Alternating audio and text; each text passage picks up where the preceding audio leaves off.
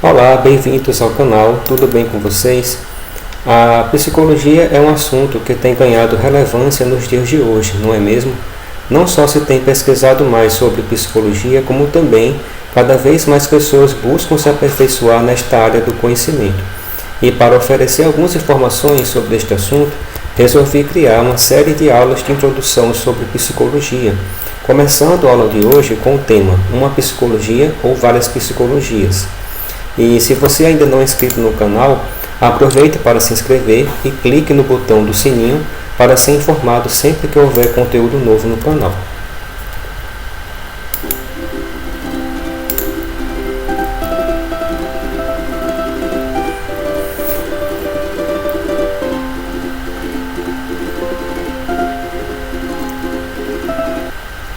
Então, pessoal, vamos lá. O assunto de hoje é sobre psicologia. E falar dela parece ser fácil, não é mesmo?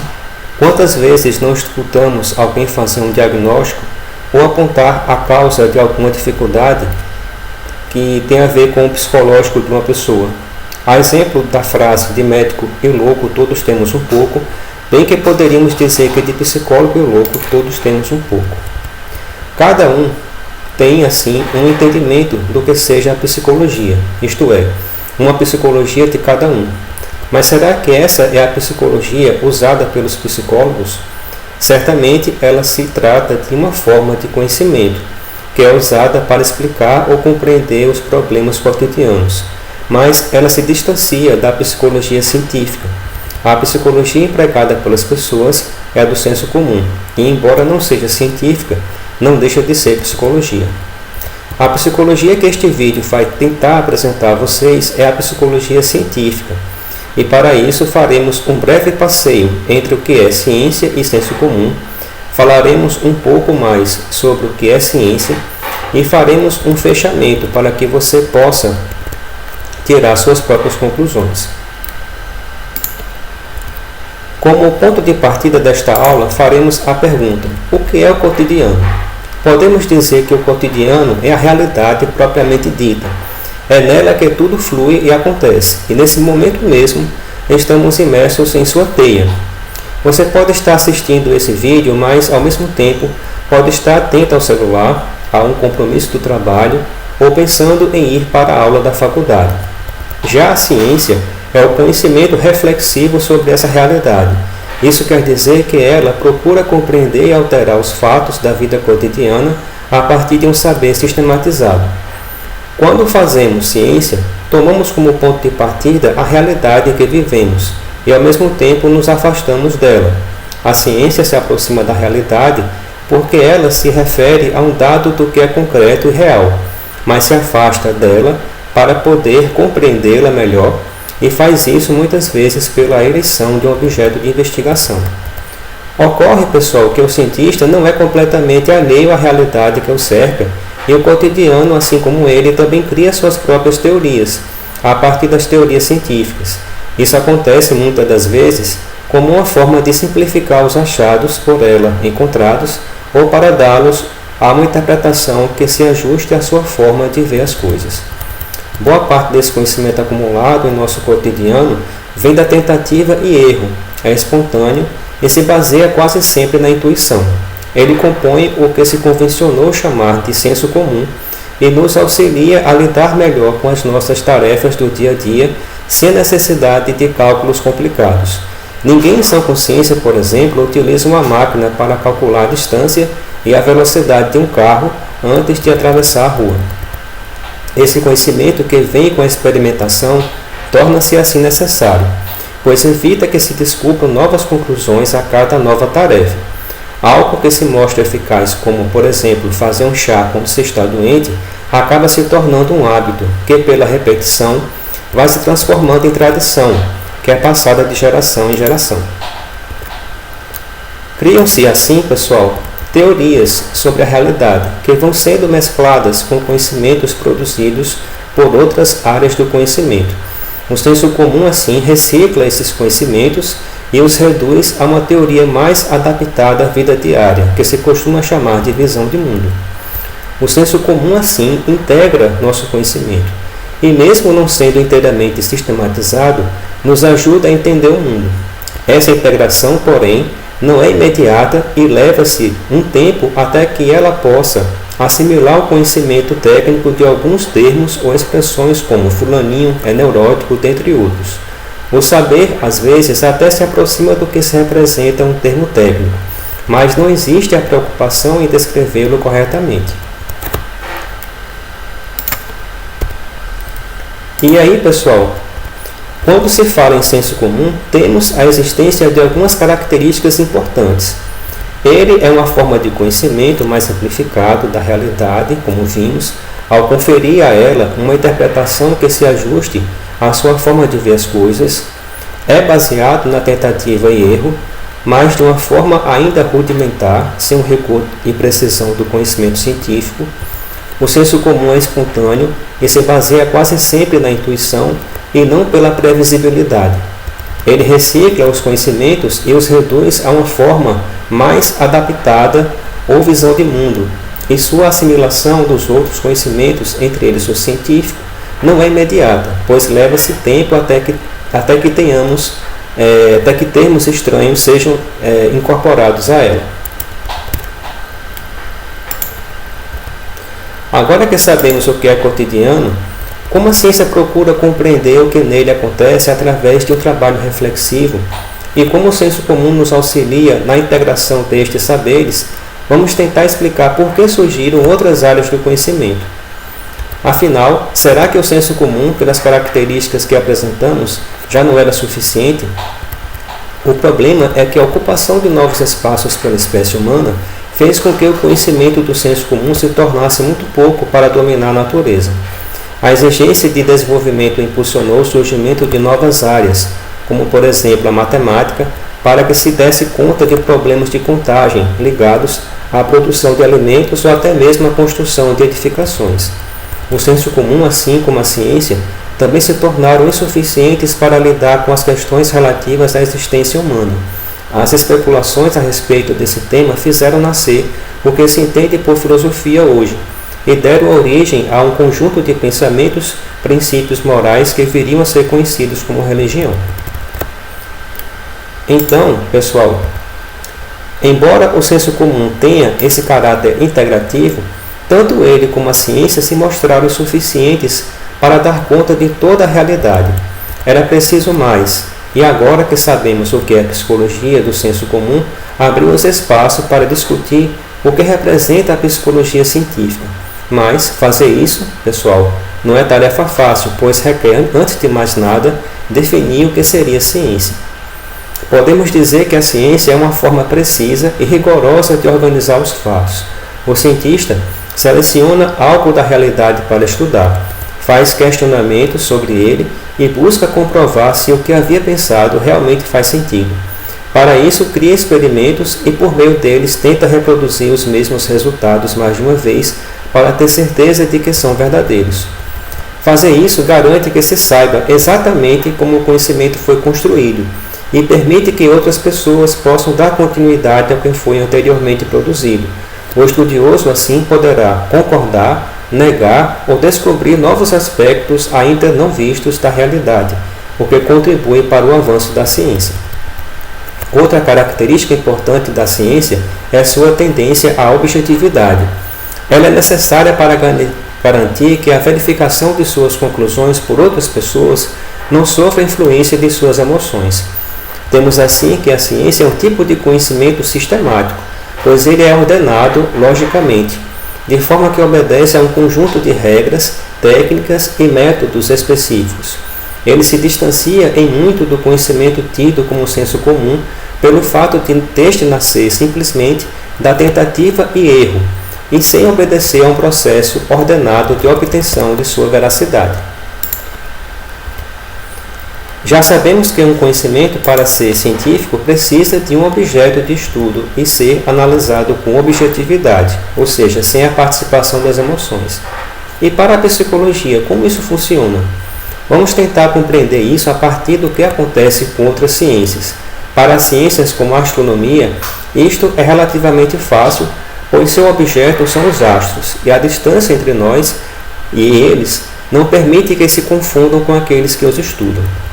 Nas ciências humanas, o homem é o objeto de estudo de várias ciências, entre elas a psicologia. Mas isso por si só não nos traz muita ajuda.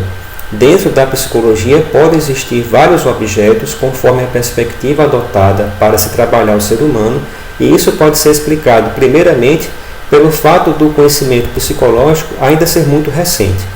É claro que a preocupação sobre o ser humano já faz parte da filosofia há muito tempo, mas só no final do século XIX ela se constituiu como área do conhecimento científico. Como ainda não houve tempo para apresentar teorias acabadas e definidas, é natural que existam indefinições quanto ao seu objeto de estudo. Outra dificuldade é o simples fato de o objeto de estudo se confundir com o próprio pesquisador, isto é, o ser humano. Isto traz como consequência inevitável a possibilidade do cientista contaminar seu objeto de estudo com suas próprias concepções de homem, influenciadas por ideias de outras fontes, como a filosofia, a religião e até mesmo preferências políticas.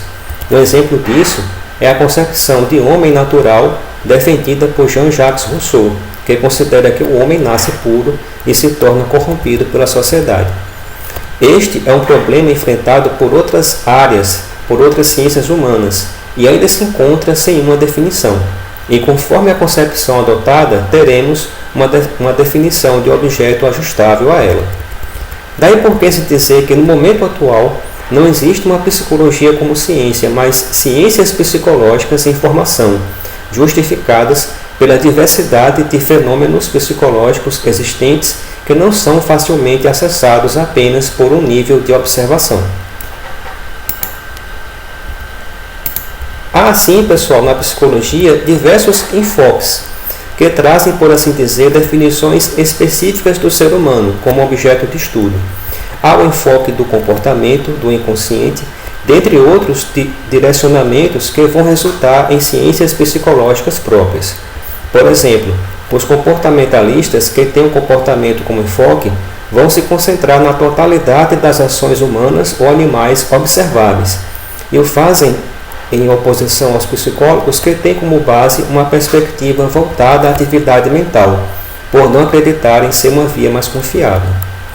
O que vai diferenciar então a psicologia de outras ciências humanas é a maneira peculiar com que ela vai tratar o ser humano, de tal forma a produzir conhecimentos que irão distingui-la de outros ramos do conhecimento. Isto é dado, pessoal, pelo fato que nós vamos chamar de isso se dá pelo que nós vamos chamar de subjetividade, ou a definição do homem em todas as suas dimensões visíveis ou invisíveis. Por dimensão visível temos o comportamento e a dimensão invisível, o plano dos sentimentos. A subjetividade para Anna Bock, pode ser definida como a síntese singular e individual que cada um de nós vai construindo conforme vamos nos desenvolvendo e vivenciando as experiências da vida social e cultural. A subjetividade é, assim, o mundo interno de cada ser humano, composto por emoções, sentimentos e pensamentos, a partir de suas relações sociais, vivências e fatores biológicos, e o que constitui, por assim dizer, nosso modo de ser, o que nos define como pessoas pertencentes a um certo grupo social ou cultural. E, por ser social e culturalmente determinada, a subjetividade não é algo inato ao ser humano e é construída aos poucos, na medida em que se apropria da realidade à sua volta e também atua sobre ela, como agente ativo de sua transformação. A subjetividade, portanto, não é apenas a apropriação, fabricação ou modelagem de novas experiências. Ela própria pode ser modificada, isto é, ela é automodelável, na medida em que o ser humano participa ativamente desse processo e se opõe, por exemplo, às formas de assujeitamento opressoras, por exemplo, que possam impedir a construção de seu próprio destino. E quando estudamos a subjetividade, compramos o desafio também de compreender como as influências sociais, culturais, políticas e econômicas que o ser humano recebe do meio exterior são capazes de produzir essas novas formas de relação com o mundo, algo que sempre está em movimento e em transformação. Daí porque se dizer que a subjetividade é singular, pois todos nós estamos nos modificando o tempo todo. E este movimento, na verdade, nunca cessa, pois a cada instante estamos sujeitos a novas experiências. Talvez você nem perceba essas transformações em você mesmo, por não ter como se distanciar delas e ver como elas o afetam. Mas elas ainda assim acontecem e modificam seu corpo, seus gostos, amigos, enfim, tudo aquilo que compõe suas vivências subjetivas. E, pessoal, a psicologia é uma ciência relativamente nova se comparada com outras ciências. Os primeiros registros de uma psicologia científica que se tem notícia têm pouco mais de 100 anos, desde a criação do primeiro laboratório de experimentos em psicologia na Alemanha. A criação desse laboratório por Wilhelm Wundt representou um marco para a psicologia. Ela permitiu que ideias abstratas e espirituais que consideravam a existência de uma alma no ser humano dessem lugar à ideia de um homem capaz de se responsabilizar pelo seu próprio desenvolvimento. Desde então, muita coisa mudou e novas perguntas surgem a cada dia para a psicologia. E por ser uma ciência relativamente nova, alguns buracos fazem com que as pessoas procurem outros ramos do conhecimento e, com isso, fazendo a associação com práticas não psicológicas com conteúdo místico. Ocorre que essas práticas não são psicológicas, são outras formas de saber humano que não se confundem com a psicologia por diversos motivos. Primeiro, não são guiadas por um método e princípios científicos como vimos na aula de hoje. E segundo, não consideram o ser humano como um ser autônomo, que se desenvolve a partir de suas relações com o mundo e cultural e capaz de criar seu próprio destino. A busca pela felicidade fez com que o homem construísse muitos saberes, dentre eles as práticas místicas, mas é preciso delimitar os campos. Nada contra estudar as práticas adivinhatórias naquilo que tem de eficiente a partir de critérios científicos, desde que eleitas como objeto de estudo da psicologia e nunca como um de seus campos de atuação. Mas é importante lembrar que o uso dessas práticas místicas, tanto pelo profissional da psicologia como por aquele que não é psicólogo, sob a forma de acompanhamento psicológico, são condutas previstas pelo Código de Ética da profissão e podem resultar em sanções. É claro que o conhecimento científico não é absoluto e sabemos muito pouco sobre o ser humano. As pessoas têm o direito de se consultar e serem consultadas com aquilo que acreditam ser o melhor para elas. E muitas vezes novas descobertas nascem de caminhos considerados insondáveis. Mas muito cuidado para não se misturarem as coisas, pois as práticas místicas estão baseadas em pressupostos diversos e opostos da psicologia. E por fim, pessoal, hoje vimos a relação sobre o nosso cotidiano e o conhecimento científico. Explicamos um pouco sobre o senso comum e algumas de suas características que o faz tão importante para nós. Vimos também que a visão de mundo, como é a visão de mundo e como ela se desenvolve. Vimos também algumas características do conhecimento científico, quais os objetos de estudo da psicologia e por que eles são tão diversos. Vimos também um importante conceito a respeito da subjetividade e sua importância como objeto de estudo da psicologia e um pouco sobre as razões pelas quais as práticas místicas não fazem parte da ciência psicológica. Eu espero ter ajudado com esse conteúdo a vocês, né? E este é o primeiro vídeo de uma sequência de aulas de introdução à psicologia e obrigado pela oportunidade e até o próximo vídeo.